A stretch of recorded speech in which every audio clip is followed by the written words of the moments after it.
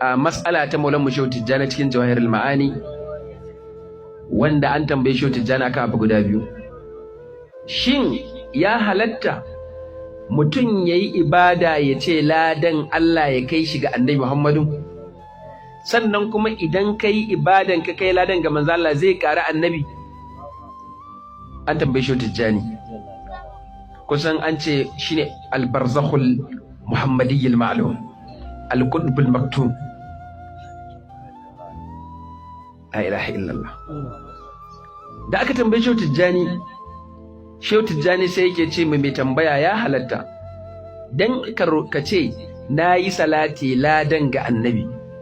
Yace wannan ai abu ne a zahiri, hadisi ne al-Imam Tirmidhi, Imam Ahmad sarwaita hadisin Ubay ibn Ka'ab, wanda da kansa yake cewa ya Rasulullahi inni ukthiru salata alayka fa kam aj'alu laka min salati.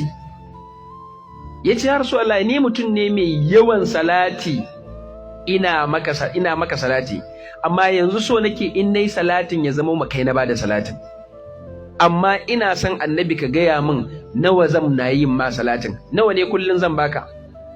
Manzo Allah yake cewa ma shi ita, in kana so ka min salati yanda kaga dama ka dauka ka bani wannan kaga dama.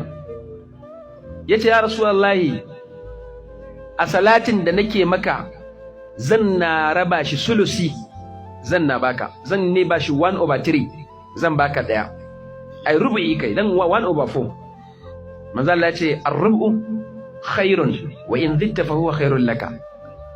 Yace kai amma fa rubu'i ka rige awa 6 a rana kana wa Annabi salati kuma ka ce ladan ga Annabi. Yace wannan alkhairi ne, amma da ka kara da ka samu karin alkhairi. Ku ji abin da Annabi ya faɗa. Sai sake cewa ya Rasulullahi to fasulusu zan na yin sulusi dan raba salati rana, dan yi awa 8 kenan ina ma salati, sannan kuma in nayi ta tafi gare ka ya Rasulullahi. Manzo Allah ce kai sulusi akwai alkhairi, amma da fa ka kara da fa alkhairin zai karu maka. Ya sake ce ya Rasulullahi to yanzu haka ne zan baka rabin rayuwa na gabaki ɗaya salati ne zan nayi kuma a tafi da shi zuwa gare ka. Manzo Allah ya ce kai rabin rayuwanka awa 12? Yace gaskiya akwai alkhairi, amma fa da ka kara fa da ka ga alkhairi. Yace ya Rasulullahi to naji fasulusani, yanzu zan so a raba rayuwan kashi 3 sai a dauki kashi 2 a baka, ni in dauki kashi 1, ma na awa 18. Manzo Allah ya ce sulusani, yace gaskiya alkhairi ne, amma fa da ka kara da ka ga karin alkhairi. Yace ya Rasulullahi yanzu kan to dukkanin rayuwa na dare da rana, wuni na da hutuna, komai zan tattara zan baka ya Rasulullahi, salati zan yi kuma a baka. Manzo Allah yace izan tufahan maka wa yukfar dhanbuka. Yace da zaka iya haka, duk wani irin abin da ka sani damuwa ne dan adam kai baka da shi, damuwanka ya zama damuwan Ubangiji. Allah na damuwa, an wanke shi kafin ya zama damuwa.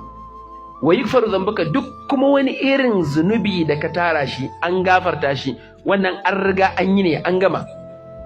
Saboda me yasa? Kai ka zamo rayuwanka ka mika shi wa Annabi, to shikenan Annabi kuma dama shi a wajen wa yake?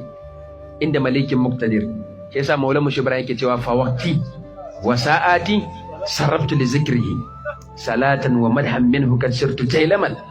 Yace ni da lokacin da agogo zai amfani da lokacin da ba agogo, kawai lokaci ne da zaka yi lissafin shi, duka na tattara shi, sarabtu li zikrihi, na tara shi cikin zikirin Annabi Muhammad. Salatan, shin wannan me zan yi? Ce salati zan na manzo Allah. In nayi salati me zan koma? Madahu wa madhan kenan, wa madhan minhu qad sirtu jailaman. In shi sa duk abin da dan adam yake nema sai ga Shehu Ibrahim ya nade shi sai ce da Annabi Muhammadu. Me yake faɗi? Yana cewa wato fajawfi fayafin fil ma'arif lam turamko wa qad kasura al aqtab an darki sha'wiya.